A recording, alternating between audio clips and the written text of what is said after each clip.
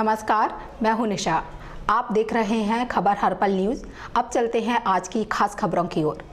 Madhya Pradesh high court की Gwalior bench ने कोविड-19 की गाइडलाइन का उल्लंघन के मामले में अपना फैसला सुना दिया है। हाईकोर्ट ने केंद्रीय मंत्री नरेंद्र सिंह तोमर और पूर्व मुख्यमंत्री कमलनाथ पर कोविड-19 के उल्लंघन के मामले में केस दर्ज किया है। ऐसा भरोसा महाधिवक्ता पुरुषेंद्र कौरव ने हाईकोर्ट में दिया है।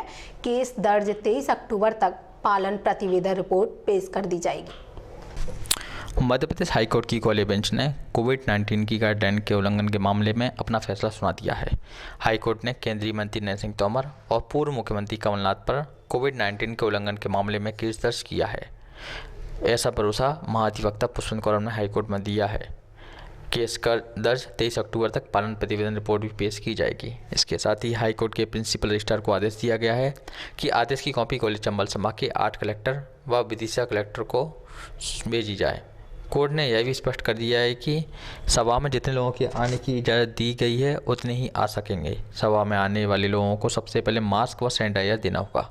कोविड-19 की गाइडलाइन में किसी भी तरह की ढिलाई नहीं बरती जाएगी और उल्लंघन करने वालों के खिलाफ कड़ी कार्रवाई की जाएगी। दरअसल ग्वालियर के आशीष प्रताप सिंह ने जनहित याचिका दायर की थी, जिसमें उन्होंने कहा था कि लगातार कोरोना के मरीज बढ़ रहे हैं, लेकिन कोरोना के दौर में हजारों की संख्या में राजनीतिक कार्यक्रमों में लोग इकट्ठा हो रहे हैं, उसे तत्काल प्रभाव से रोका जाए। जिसके कोर्ट ने 4 न्यायमित्र बनाए थे, जिन्होंने समय समय पर अपनी रिपोर्ट पेश की। हाईकोर्ट ग्वालियर बेंच ने यह आदेश दिया है। मैंने कोरोना को देखते हुए राजनीतिक कार्यक्रमों में जिस प्रकार से निरंतर भीड़ होती जा रही थी, उसको देखे कि जनहित याचिका लगाई थी। जिस जनहित याचिका का उद्देश्य सिर्फ इतना था कि लोगों की जान बच सके इस संक्रमण से। इसमें किस तरीके के आदेश दिए गए हैं, किस किस तरह की सुविधा अपनानी पड़ेगी अगर सभा होती है तो? आदेश तो माननीय न्यायालय ने पहले भी बहुत पारित किया। आज जो आदेश है वो अपने आप में वाकई आज का भी आदेश बहुत अच्छा है। आज के आदेश में उन्होंने स्पष्ट किया है कि जो भी आयोजन करता है, जो सभा या अन्य आयोजन करते हैं, उनको सर्वप्रथम माननीय जिला प्रशासन को इस बात को दिखाना, अवगत कराना होगा कि हम ये वर्चुअल नहीं कर सकते, फिजिकली कर रहे हैं। जब जिला प्रशासन से संतुष्ट हो जाएगा, माननीय कलेक्टर साहब से संतुष्ट हो जाएंगे, तो chief election commission of India को भेजेंगे रिपोर्ट। वहाँ से ये रिपोर्ट सैंक्शन होकर आएगी। उसके पश्चात जो भी आयोजन करता है उनको एक शपथ पत्र पर देना होगा कि मैं कोविड गाइडलाइन के सारे नियमों का पालन करूंगा और कोई भी अप्रिय घटना नहीं होगी। इस प्रकार का जो भी शपथ पत्र है वो उनको पेश करना होगा। शपथ पत्र पेश करने के पश्चात जितनी भी भीड़ सभा में आएगी, जितने लोग आएंगे, उतने संख्या की डबल सैनिटाइजर और मास्क का पैसा जिला प्रशासन को जमा करना होगा एडवांस में। तब जाके माननीय कलेक्टर साहब लिखित में इनको आदेश देंगे। अच्छा, इसमें किसी नरेंद्र सिंह तोमर जी पे और कमलनाथ जी पे FIR हुई इसी तौर पे इस पर क्या? जी हाँ, चूँकि कोविड गाइडलाइन का निरंतर उल्लंघन के मामले में न्यायालय ने भी इस चीज़ को संज्ञान में लिया है और उनके अगेंस्ट FIR के आदेश दिए। माननीय कमलनाथ जी और माननीय नरेंद्र सिंह जी तोमर के खिलाफ आवेदन वो दिया है उन्होंने कि एक FIR इनके खिलाफ भी हो। हाईकोर्ट की ग्वालियर खंडपीठ ने विशेष क्षेत्र प्राधिकरण यानी साड़ा के पूर्व मुख्य कार्यपालन अधिकारी सहित 4 अन्य लोगों को बड़ा झटका दिया है। हाईकोर्ट ने उनके खिलाफ भ्रष्टाचार निरोधी कोर्ट के आदेश को उचित मानते हुए FIR क्वेश करने का आवेदन खारिज कर दिया है। विशेष कोर्ट ने तत्कालीन साड़ा अध्यक्ष जय सिंह कुशवाहा सहित 14 अधिकारियों के खिलाफ भ्रष्टाचार निवारण अधिनियम की धारा 19 के तहत कार्रवाई करने के निर्देश दिए थे। यह आदेश विशेष कोर्ट ने 22 अप्रैल 2019 को जारी किए थे। विशेष कोर्ट ने धारा 482 के तहत संज्ञान लेकर आगे कार्रवाई करने के निर्देश दिए थे, जिसके खिलाफ आरोपियों ने अपने खिलाफ दर्ज मामले को खारिज करने के लिए हाईकोर्ट की शरण ली थी। हाईकोर्ट द्वारा आवेदन खारिज करने के बाद तत्कालीन CEO आदित्य सिंह सोमर, सब engineer SK Srivastava, DD Mishra, BB Khare आदि के खिलाफ महाभियोग पत्र दाखिल करने का रास्ता साफ हो गया है। दरअसल मोती झील से तिगरा तक सड़क निर्माण के लिए 18 लाख रुपए की मंजूरी दी गई थी। यह काम 78 लाख में पूरा हुआ। सरकार को 53 लाख की क्षति का आकलन किया गया था। यह शिकायत राकेश सिंह कुशवाहा की शिकायत की जाँच के बाद EOW ने की थी। आर्थिक अपराध अनुसंधान ब्यूरो ने 14 आरोपियों में से 7 आरोपियों को क्लीन चिट दी थी, लेकिन विशेष अदालत ने सभी 14 आरोपियों के खिलाफ संज्ञान लेने के लिए पर्याप्त साक्ष्य माने थे। मध्य प्रदेश कांग्रेस के पूर्व कोषाध्यक्ष और अग्रवाल समाज के राष्ट्रीय अध्यक्ष चंबल संभाग के प्रभारी गोविंद गोयल अम्बाहा पहुंचे। इस दौरान उनका ब्रज किशोर सखवार ने अपने साथियों के साथ जोरदार स्वागत किया। हमारे संवाददाता शिवेंद्र सिंह गोविंद गोयल से विशेष चर्चा की, जिसमें उन्होंने कहा कि कांग्रेस सभी 28 सीटें जीतेगी। सर, इस समय जो मुद्दा चल रहा है बिकाऊ और टिकाऊ, बिल्कुल सही कह रहे हैं, है ना, तो आपको 16 सीटों का प्रभारी बनाया गया है। चंबल अंचल में क्या स्थिति है कांग्रेस पार्टी की? देखिए, एक बात है जो आप बोल रहे हो अच्छी बात है, बिकाऊ टिकाऊ। जनता एक बात तो समझ चुकी है कि हमने जो वोट दिया वो वोट बिका है और जनता उस बात को किसी कीमत पे सहन करने को तैयार नहीं है। क्या होता है कि जनता ने विकास के लिए वोट दिया, आप आटे में नमक डालो तो चलेगा, आप तो नमक ही नमक आटे जनता के खिलाफ कैसे खाएगा? और आप इस तरीके से करोड़ों की हेरा फेरी कर रहे हैं, ये अच्छी बात थोड़ी है। हमारे देश में जो अभी हुआ है, भारतीय जनता पार्टी ने जो किया है, ये प्रजातंत्र के साथ एक माखून उड़ा है। यदि इसी तरीके से चलता रहा तो देश में प्रजातंत्र समाप्त हो जाएगा। तो जनता ये समझ चुकी है कि कमलनाथ जी को हमने 5 साल के लिए मुख्यमंत्री बनाया था और साल सवा साल में उन्होंने इतने काम करे, बिजली के बिल कम हो गए, किसानों का कर्जा माफ होना शुरू हो गया, बच्चियों की शादी के 51,000 मिलने लगे, प्रॉपर्टी की गाइडलाइन 20% कम की जो शिवराज सिंह ने 15 साल में कभी नहीं की। ऐसे कई काम कमलनाथ जी ने मध्य प्रदेश की जनता के लिए किए। सुनिए, शुद्ध के लिए युद्ध किया, मिलावटी चीज़ से दूर किया। यदि मिलावटी चीज़ आप खाओगे तो हेल्थ कैसी होगी आपकी? भूमाफिया जो लोगों की जमीन पे कब्जा करते थे, गुंडा तत्व जो लोगों को परेशान करते थे, सबको कमलनाथ जी ने कंट्रोल किया। अब आज की तारीख में देखिए 6 महीने में क्या हो रहा है, 6 महीने के जिस तरीके से हो रहा है, आज देखिए रेप बढ़ रहे, चोरी चकारी बढ़ गई है। इस तरीके से जनता परेशान हो, जनता समझ गई कि मामा खाली भाषण देना जानते हैं और कमलनाथ जी काम करना जानते हैं। तो बिकाऊ टिकाऊ का जो मामला है, जो बिक गया वो रिजेक्टेड। अब जनता टिकाऊ चाह रही है और मैं आपकी खबर हर पल में, मैं सोचता हूँ कि आपको हर पल की खबर मुझसे ज़्यादा होगी, लेकिन मेरी बात में गलत तो पूछिए। मैं स्पष्ट बोलता हूँ, मैं 15 विधानसभा में अभी तक जा चुका हूँ और हर जगह एक ही बात है, हमें बिकाऊ नहीं टिकाऊ चाहिए। हमें फिर से कमलनाथ सरकार की है कि 15 साल में शिवराज जी ने खाली घोषणाएं की है, पूरी कौन सी कर दी? अच्छा, मैं आपके टीवी के माध्यम से पूछना चाहता हूँ कि क्या एक भी किसान का 15 साल में उन्होंने कर्जा माफ किया? और वो बोलते हैं कि माफ नहीं हुआ। उनके खुद के कृषि मंत्री ने विधानसभा में बोला कि 27 लाख किसानों का कर्जा माफ किया। अब या तो कृषि मंत्री झूठा है, या शिवराज जी झूठे हैं, या बीजेपी झूठी है। आज देखिए, महाराज सिंधिया और हमारी पार्टी पूरे सम्मान से महाराज बोलती थी, आज क्या पोजीशन है? मुझे आश्चर्य की बात है, मैं 15 विधानसभा में घूम रहा हूँ, महाराज का फोटो ही नहीं है। आज हम जितना सम्मान देते थे, अब सम्मान क्या है? महाराज के बारे में भी लोग समझते हैं गलत किया उन्होंने। क्या है, जिस पार्टी ने उनको मान सम्मान दिया, उनके पिताजी केंद्रीय मंत्री रहे, वो खुद केंद्रीय मंत्री रहे, लोकसभा में उप नेता प्रतिपक्ष बनाया गया। महाराज माधवराव जी जब तक थे उस टाइम तक फिर भी ग्वालियर चंबल का विकास हुआ, लेकिन ज्योतिराज सिंधिया जी को कभी फुर्सत नहीं मिली। कमलनाथ जी का दो जैसे कि ग्वालियर चंबल का विकास नहीं हुआ। अरे ग्वालियर चंबल में जो महाराज कहते थे वही होता था, हमारे कहने से कुछ नहीं होता था। उनकी इजाज़त लेनी पड़ती थी, मुख्यमंत्री जी को उनको विश्वास में लेना पड़ता था। आज देख लीजिए, पूरा ग्वालियर चंबल इस बात के लिए दुखी है, हमारा विकास नहीं हुआ। अब ग्वालियर चंबल का विकास होगा क्योंकि कमलनाथ जी अब फ्री हैंड, खुद के दिमाग से, खुद की प्लानिंग से इस क्षेत्र का विकास करेंगे। जनता को पूरा विश्वास है। मुझे लग रहा है कि 16 में से 16 ही सीट कमलनाथ जी के नेतृत्व में, कमलनाथ जी के लिए जनता हमें जिता रही है। प्रदेश कांग्रेस के सर कई नेता जो कांग्रेस पार्टी छोड़कर चले गए हैं, पार्टी पर या चुनावी माहौल पर तो क्या प्रभाव पड़ेगा? क्या प्रभाव पड़ेगा? जो बिक गया तो बिक गया, जो चला गया वो खत्म। कांग्रेस एक समुद्र है, उसमें से 2-4 बाल्टी निकल जाए कोई फर्क नहीं पड़ता। भारतीय जनता पार्टी तो अभी पैदा हुई 77 के बाद, इसके पहले जनता पार्टी, फिर जनसंघ, यार कितनी पार्टियाँ नहीं। कांग्रेस ही एक पार्टी जिसका 125 साल से ऊपर का इतिहास है, कि कहीं आते कहीं चलाते हैं। सुनिए, और उनको जाना है जाए, जिनको रहना रहे। मेरे को खुशी है आज मैं यहाँ पे बैठा हूँ आपके शहर में, मेरे को कितना अच्छा लगा कि निष्ठावान कांग्रेस और ब्रिस्टोर सिकरवार ये भी टिकट मांग रहा था, टिकट नहीं मिला, लेकिन पार्टी के लिए समर्पित होकर काम कर रहा है। तो जो समय समझना चाहिए आदमी को। आज सिंधिया जी की देख लीजिए ना, कांग्रेस में कितनी इज्जत थी, अब कितनी इज्जत है, हर आदमी समझने लगा है। और ये जो जा रहा है वो जिंदगी की सबसे बड़ी गलती कर रहा है, क्योंकि सुनिए, एक बार आप बाहर चले जाएंगे तो कोई वैल्यू नहीं है। मैं आपको छोटी सी बात सुना देता हूँ। एक कहावत है पुरानी, पर जवाई फूल बराबर, मतलब परदेश का जो जवाई हमारे घर में आता है उसकी फूल के समान हम इज्जत करते हैं, उसका पूरा वो करते हैं कि भाई कौन सा आओ बैठो खाओ पियो पनार ढिंका जमाई राजा कंवर साहब जो भी बोलते हैं। और सुनो, और शहर जवाई आदा, शहर जवाई आता है, हाँ भाई ठीक है आइए बैठिए खाइए पिए, मतलब इतनी उनको भी वैल्यू नहीं मिलती। लेकिन घर जवाई जो बन जाता है उसके लिए कहा जाता है घर जवाई गधे बराबर, जब चाहे जब लादा।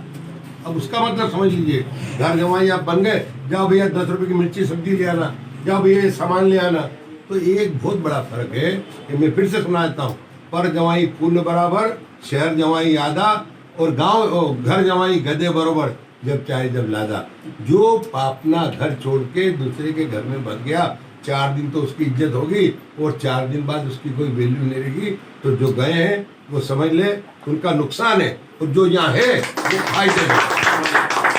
आबकारी विभाग ने डबरा रोड पर निर्धारित समय सीमा के बाद शराब का परिवहन कर रही एक मिनी ट्रक को बरामद किया है, जिसमें अंग्रेजी शराब और बियर की करीब 5 लाख रुपए की दारू पकड़ी गई है। खास बात यह है कि वेयर हाउस से शराब परिवहन के लिए दोपहर 1:30 बजे परमिट बना था, लेकिन गाड़ी को रात 8 बजे पकड़ा गया है। मेरा सुखदीप सिंह। क्या बात हुई आज, क्या बात? सर हम लोग क्या सिंडिकेट की तरफ से हैं, जो Gwalior Shriram and company syndicate बनी हुई है, उससे हम लोग अपनी गाड़ियों का माल उठाने वहाँ बाउंड्री जाते रहते हैं। अक्सर खबर मिलती रहती थी पहले भी पूर्व में कि साहब जो है 2 नंबर की गाड़ियाँ निकालते हैं, एक ही परमिट पर 2-2 वाहन भर के निकाल देते हैं, 2-2 चक्कर। तो आज बिल्कुल सटीक सूचना मिली, दोपहर में गाड़ी जो है 1:46 पर पहले भर के गई, वही गाड़ी आके हमारी गाड़ी भर रही थी, उसी के पास आके फिर से लग के भरने लगी। तब सूचना मिलने पे हमने एक्साइज को खबर करी, एक्साइज ने आके जो है कंट्रोल रूम प्रभारी मनीष द्विवेदी जी ने आके मालवा कॉलेज के पास गाड़ी को जब्ती कर दिया, जो कि गलत पाई गई, बिना परमिट के और बिना टाइम के पाई गई। मालूम पड़ा कि 2 गाड़ी एक ही परमिट चल रही थी जी, 2 गाड़ी एक ही परमिट पर चल रही थी जी। सर दोपहर में एक चक्कर लगा गई, और स्वाभाविक है 15 से 20 मिनट के अंदर ना गाड़ी भर सकती और ना ही इतनी जल्दी माल निकल सकता है। कहाँ का मामला है ये सर मालवा कॉलेज में पकड़ा गया। अच्छा, एक बंदे को चाटा मारा, उसका क्या नाम है? उसका नाम है आरिफ खान, वो हमारी कंपनी में मुलाजिम है और केवल माल निकालता। उसको चाटा क्यों मारा? हाँ, उसको चाटा मार दिया साहब ने कि इसने पकड़वाई है शायद। इसका किसने, कौन से साहब ने मारा? उनका नाम है सर भारद्वाज जी, ADO साहब। क्यों मारा उन्होंने चाटा? अब तैश में आके मार दिया सर। अच्छा, क्या उनका धंधा खत्म हो गया था क्या? जी बिल्कुल, धंधा उनका प्रतिदिन का जो है सिंडिकेट बनने के टाइम से उनका रोज का धंधा खत्म हो चुका था। 2 नंबर की कमाई कर रहे 2 नंबर की कमाई करते थे प्रतिदिन। अभी जो माल पकड़ा गया है वो कितने का होगा? करीब 5 से 6 लाख रुपए। क्या कौन कौन से ब्रांड रखे हैं इसमें? सारे ब्रांड है सब मिक्स में। अच्छा जी। किसका माल है ये सुरेंद्र सिंह यादव हैं, कोई पंडोकर के लाइसेंसी हैं। अच्छा जी। जो लंडन प्राइस ब्रांड रखा है जी, माल बड़ा ग्वालियर का है किसी का? नहीं सब ये तो सर कंपनी के बाहर की कंपनियां हैं, सब ग्वालियर का किसी का नहीं है, सारी हैं। उसमें विस्की रॉयल स्टैग भी है, सब बियर भी हैं, सारी मिक्स में सब चीज़ें हैं, सब कंपनियों का माल है। क्या करते हैं सर? मैं बाउंड से गाड़ियाँ भरवाता हूँ। क्या पूरा मामला है? गाड़ी पकड़ी गई है, किसका माल है, कहाँ से पकड़ी है, क्या पूरा मामला है?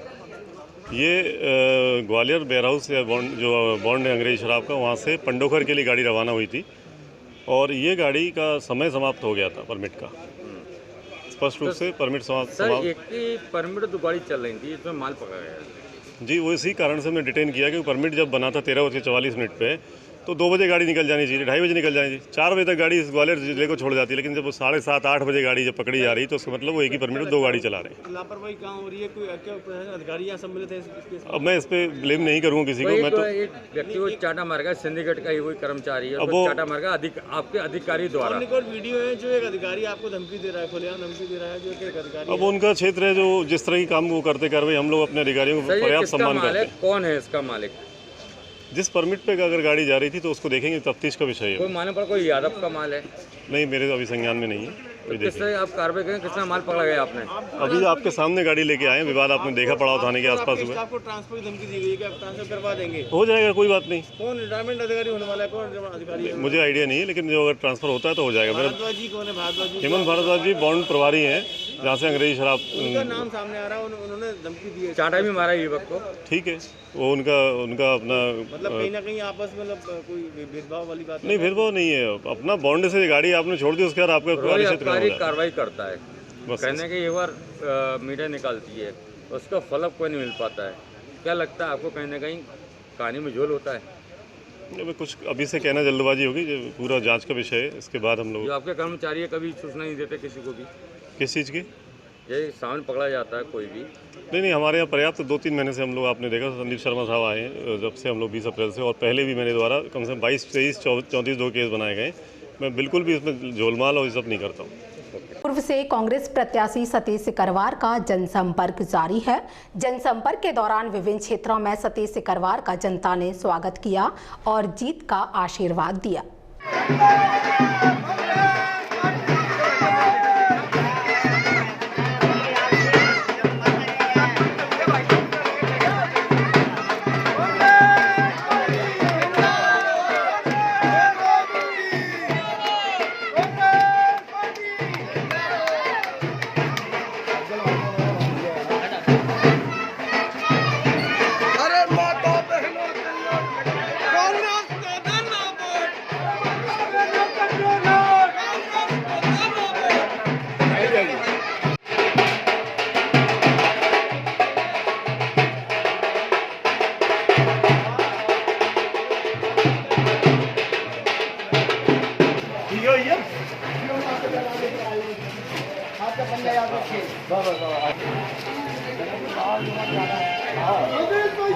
अंबाहा विधानसभा चुनाव में किसका पलड़ा भारी रहेगा, इसको लेकर हमारे संवाददाता शिवेंद्र सिंह ने नूर मिर्जा बेग से बात की।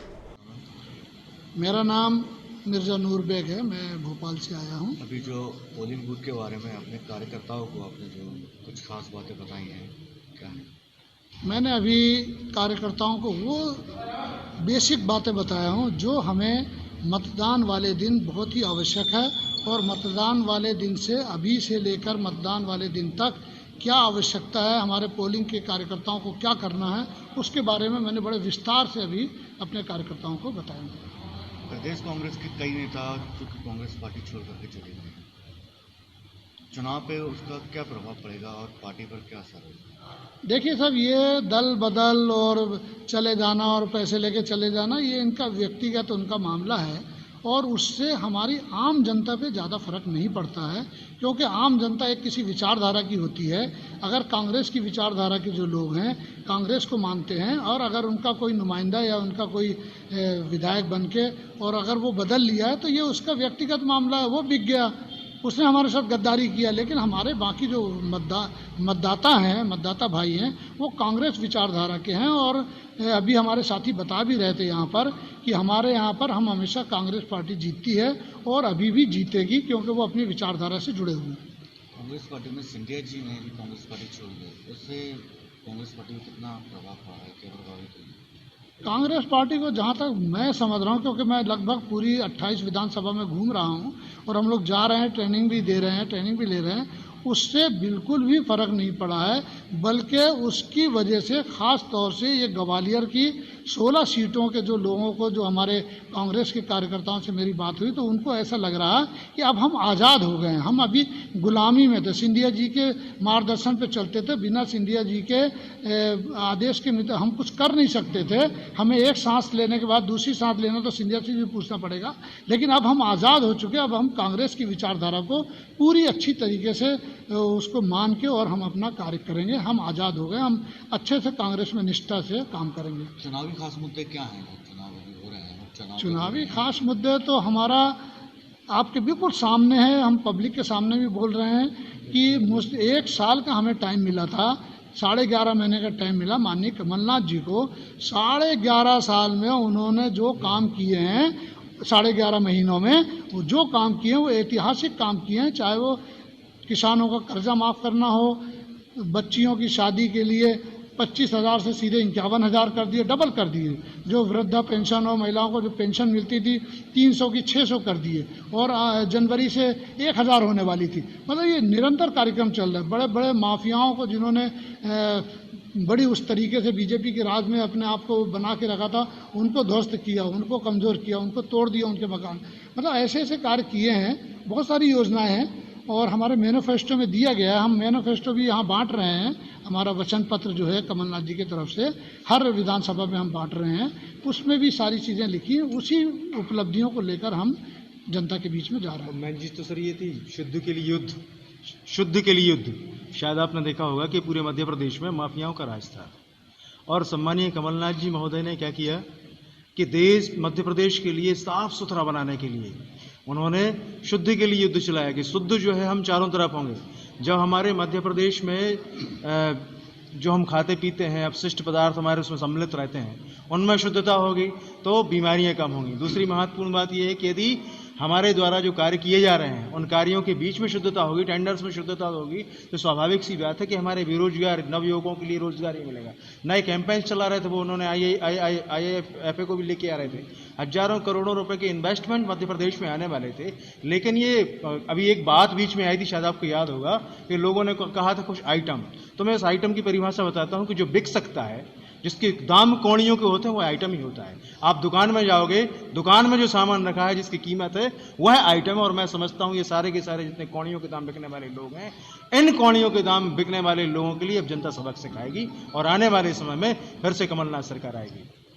विधानसभा उपनिर्वाचन के उपलक्ष्य में सुमावली विधानसभा क्रमांक 5 के मुख्यालय ग्राम पंचायत सुमावली में स्वीप गतिविधियों के अंतर्गत जिला निर्वाचन अधिकारी अनुराग वर्मा के निर्देश में एवं जिला पंचायत CEO तरुण भटनागर के मार्गदर्शन में 250 मतदाताओं ने मास्क लगाकर एवं सोशल डिस्टेंसिंग का पालन करते हुए सुमावली विधानसभा का मैप बनाते हुए मानव श्रृंखला का निर्माण किया।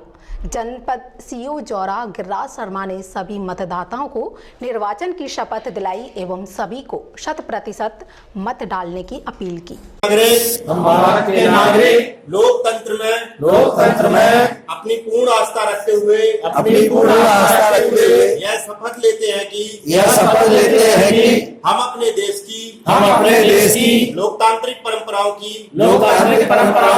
मर्यादा को बनाए रखेंगे तथा स्वतंत्र निष्पक्ष एवं शांतिपूर्ण निर्वाचन की गरिमा को अक्षुण्ण रखते हुए निर्भीक होकर धर्म वर्ग जाति समुदाय भाषा अथवा अन्य किसी भी प्रलोभन से प्रभावित हुए बिना सभी निर्वाचन में अपने मताधिकार का प्रयोग करेंगे। जय हिंद।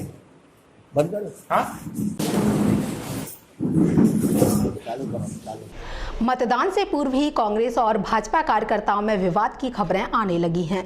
नया मामला ग्वालियर पूर्व से कांग्रेस प्रत्याशी सतीश सिकरवार और भाजपा प्रत्याशी मुन्नालाल गोयल के बीच के समर्थकों के फेसबुक कमेंट को लेकर हुआ विवाद है, जिसमें कांग्रेस कार्यकर्ता के साथ मारपीट की गई है। पुलिस ने इस मामले में कार्रवाई की बात कही है। ग्वालियर पूर्व विधानसभा से पूर्व विधायक मुन्नालाल गोयल भाजपा के उम्मीदवार हैं, जबकि सतीश सिंह सिकरवार कांग्रेस के प्रत्याशी हैं। खास बात यह है कि विधानसभा चुनाव में ये दोनों ही उम्मीदवार आमने सामने थे और इस बार भी दोनों आमने सामने हैं, लेकिन दोनों ने दल बदल लिए हैं, जिसके चलते इनके समर्थक भी बढ़ गए हैं। समर्थकों के बीच सोशल मीडिया पर कमेंट वार चलता रहता है और आज वही कमेंट वार खूनी संघर्ष में बदल गया। सतीश सिंह सिकरवार समर्थक रूप सिंह राजावत के मुताबिक पिछले दिनों भाजपा नेता अनिल सिंह सिकरवार ने फेसबुक पर एक पोस्ट डाली थी, जिसमें उसे टैग भी किया था। उसने जवाब में लिख दिया कि बिकाऊ नहीं टिकाऊ चाहिए, जिसके बाद मुन्नालाल समर्थक नंदू चौहान ने फ़ोन पर जान से मारने की धमकी दी और आज जब वो 30 चौराहे जा रहा था तो नंदू ने साथियों के साथ जानलेवा हमला कर दिया। कांग्रेस प्रत्याशी सतीश सिंह सिकरवार के भाई ने बताया कि हमारी पार्टी के कार्यकर्ता को जान से मारने की कोशिश की गई है। भाजपा को गुंडों का संरक्षण है, इसके खिलाफ कड़ी कार्रवाई होनी चाहिए। उधर पुलिस का कहना है कि हमने मेडिकल करा दिया है और फरियादी की शिकायत पर मामला दर्ज कर लिया है। मेरा नाम रूप सिंह राजावत है। रूप सिंह जी, क्या कैसे क्या विवाद हुआ, क्या हुआ? पर ये मुन्ना लाल गोयल के लोग हैं जो जिन्होंने इनके लोगों ने 11 तारीख को एक पोस्ट डाली थी, तो जिसमें इन्होंने मुझे टैग कर दिया था। तो मैंने अपनी बात रख दी उसमें, मैंने मुझे बिकाऊ नहीं टिकाऊ चाहिए। तो उसके बाद में जो पूर्व बजरंग दल का जिला अध्यक्ष रह चुका है नंदू चौहान, उसका मेरे पास फ़ोन आता है और उसने मुझसे जान से मारने की धमकी दी और गाली गलौज की। तो उस दिन तो मैंने नॉर्मल लिया, मैंने कि शायद नॉर्मली होगा ये सारी चीज़ें। तो चूँकि आज मैं जैसे ठाठीपुर चौराहे पर रुका तो ब्लैक कलर की क्रेटा गाड़ी से नंदू चौहान और उसके 1-2 लोग समर्थक उसके उतरे और उन्होंने सीधा मुझे मारना चालू कर दिया, जिसमें उन्होंने मेरी एक तो उंगली काट दी और साथ में लाठी डंडों और बेल्ट वगैरह से मारपीट की, जिसमें मेरा सर फट गया और मेरे काफ़ी शरीर में चोटें आई हैं। क्या धमकी दे रहे थे? मुझे जान से मारने की धमकी दी थी। अच्छा। जी। तो किसका पोस्ट डाला था इन्होंने? जी, इन्होंने मुन्ना लाल गोयल का पोस्ट डाला था। तो मैंने उस पर हाँ क्या डाला था? कोई बधाई वगैरह का जो भी डाला था, तो उसमें मैंने लिख दिया मैंने बिकाऊ नहीं टिकाऊ चाहिए। मुझे टैग किया था उस पोस्ट पे। अच्छा। तो उसने कहा क्यों लिखा, तो तुमने मुझे टैग क्यों किया? अच्छा। तो मैंने कहा यार तुम मुझे टैग करोगे तो मैं अपनी बात करूँगा, मुझे टैग करना बंद कर दो। मैं नहीं तो तुम जिसके मुझे फालतू से उस दिन उन्होंने गुंडागर्दी करी, फ़ोन को धमकाया। तो मैंने नॉर्मल लिया, मैंने कि शायद नॉर्मली बात होगी ये सारी चीज़ें। लेकिन उसके बाद आज उन्होंने ये ठाठीपुर ये चौराहे का घटना है, ये ठाठीपुर चौराहा अपना सेंट्रल बैंक के सामने की घटना है। क्या चाहते हो आप? जी, मैं तो न्याय चाहता हूँ जी। क्या मामला था पूरा, क्या शिकायत आपकी? आईडी एक हमारे कांग्रेस के कार्यकर्ता हैं रूप सिंह राजावत, जिनके साथ ये विवाद हुआ है। एक फेसबुक पोस्ट को लेके ये विवाद हुआ है। एक अनिल सिंह तोमर करके भाजपा के कार्यकर्ता हैं, जिन्होंने एक पोस्ट डाली जिस पर हमारे कार्यकर्ता रूप सिंह राजावत ने एक कमेंट किया कि अब की बार बिकाऊ नहीं टिकाऊ चाहिए। तो जब उन्होंने कमेंट किया तो उनके पास एक फ़ोन आया, एक भाजपा का समर्थक है, मुन्ना लाल गोयल का समर्थक है नंदू चौहान। उसने हमारे रूप सिंह राजावत जो कांग्रेस का कार्यकर्ता है उसको धमकी दी पहले फ़ोन पे कुछ दिनों पहले, और उसको जान से मारने की धमकी दी और उसको देख लेने की धमकी दी। और आज जब आमना सामना हुआ तो अपने कुछ साथियों के साथ मिलके उसके साथ मारपीट करी, जिसमें उसकी एक उंगली काट दी गई और धारदार हथियार से सिर पे चोट पहुंचाई गई। बेल्ट से उसका गला घोटने का प्रयास किया गया। क्या लगता है कि चुनाव किस तरह से होना चाहिए, अब ये गुंडागर्दी से भी आगे है? देखिए, जैसा कि आप जानते हैं कि यहाँ से मेरे बड़े भाई डॉक्टर सतीश सिकरवार कांग्रेस के प्रत्याशी हैं, और जो मुन्ना लाल गोयल जो भाजपा के प्रत्याशी हैं, उनके द्वारा मेरे बड़े भाई की छवि को जो धूमिल किया जाने का प्रयास किया जा रहा है वो किसी से छिपा नहीं है। लेकिन आप सरासर देख सकते हैं कि गुंडागर्दी भाजपा और मुन्ना लाल गोयल के समर्थकों द्वारा की जा रही है, और जो कि नंदू चौहान जिसने ये घटना को अंजाम दिया है, पूर्व में भी ऐसी घटनाओं में लिप्त रहा है और आपराधिक प्रवृत्ति का व्यक्ति है। तो लगता है कि कहीं ना कहीं ये लापरवाही है, कहीं ना कहीं ऐसे गुंडे प्रवृत्ति के लोगों को भाजपा का संरक्षण प्राप्त है, और मेरा ऐसा मानना है। और ऐसे लोगों पर सख्त से सख्त कार्रवाई होना चाहिए, जिससे मतदान बिल्कुल निष्पक्ष हो सके और ये किसी को प्रभावित ना कर सके। मेरा मानवेंद्र सिंह से करवा। क्या विवाद हुआ था, क्या पूरा मामला है? ठाठीपुर चौराहे पे जो है नंदू चौहान और रूप किशोर राजावत का विवाद हुआ, और उस विवाद में जो है रूप किशोर राजावत की मारपीट हो गई है और उसकी MLC करा दी है, FIR उसकी कर रहे हैं। कौन पे आरोप लगा रहे हैं, किस पे आरोप लगा रहे हैं? जी, किस पे आरोप लगा रहे हैं? ये आरोप लगा रहे हैं, मतलब तो नंदू चौहान पे आरोप लगा रहे हैं मारपीट का। तो ये क्या कांग्रेस समर्थक हैं? जिसकी मारपीट हुई है जो बता रहे कांग्रेस समर्थक बताया जा रहा है। क्या कार्रवाई की? FIR कर रहे मारपीट की।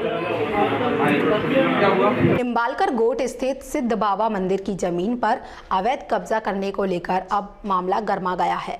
इस मामले में विनोद राणा राष्ट्रीय हिंदी युवा वाहिनी के प्रतिनिधि के रूप में ग्वालियर आए और मंदिर के मामले में कार्रवाई की बात कही। ग्वालियर के हुजरतपुर इलाके में एक प्राचीन मंदिर की जमीन पर कथित कब्जा करने को लेकर हुए विवाद में हिंदू वाहिनी के पदाधिकारी देर रात ग्वालियर पहुंचे। पता चला कि हिंदू वाहिनी पदाधिकारी विनोद राणा के खिलाफ पुलिस ने मंदिर के कथित पुजारी की शिकायत पर मामला दर्ज किया है। स्थानीय लोगों के साथ 3 दिन पहले निम्बालकर की कोर्ट में कुछ लोगों ने चक्का जाम करने का प्रयास भी किया था। कंपो पुलिस इस मामले में कुछ लोगों को नामजद कर चुकी है। गौरतलब है कि निम्बालकर की कोर्ट होजात पुल के पास गली में सिद्ध बाबा का मंदिर है। मंदिर के पुजारी वहां निर्माण करा रहे हैं, जिसको लेकर स्थानीय लोगों को आपत्ति है। मंदिर प्रबंधन के लोगों की फरियाद पर कंपो पुलिस ने कुछ लोगों के खिलाफ FIR दर्ज की थी। विनोद राणा हिंदू वाहिनी के जिलाध्यक्ष हैं। उनका कहना है कि वे घटना के समय मौजूद ही नहीं थे, वे रात में ही दिल्ली से लौटे हैं, इसलिए वे मंदिर को बचाने और अपने खिलाफ कोई कार्रवाई को चुनौती देने के लिए यहां अपने कुछ समर्थकों के साथ कार्रवाई करेंगे। विनोद राणा नाम है, मैं मध्य प्रदेश मुख्य शिवराष्ट्र युवा हिंदू वाहिनी से हूँ।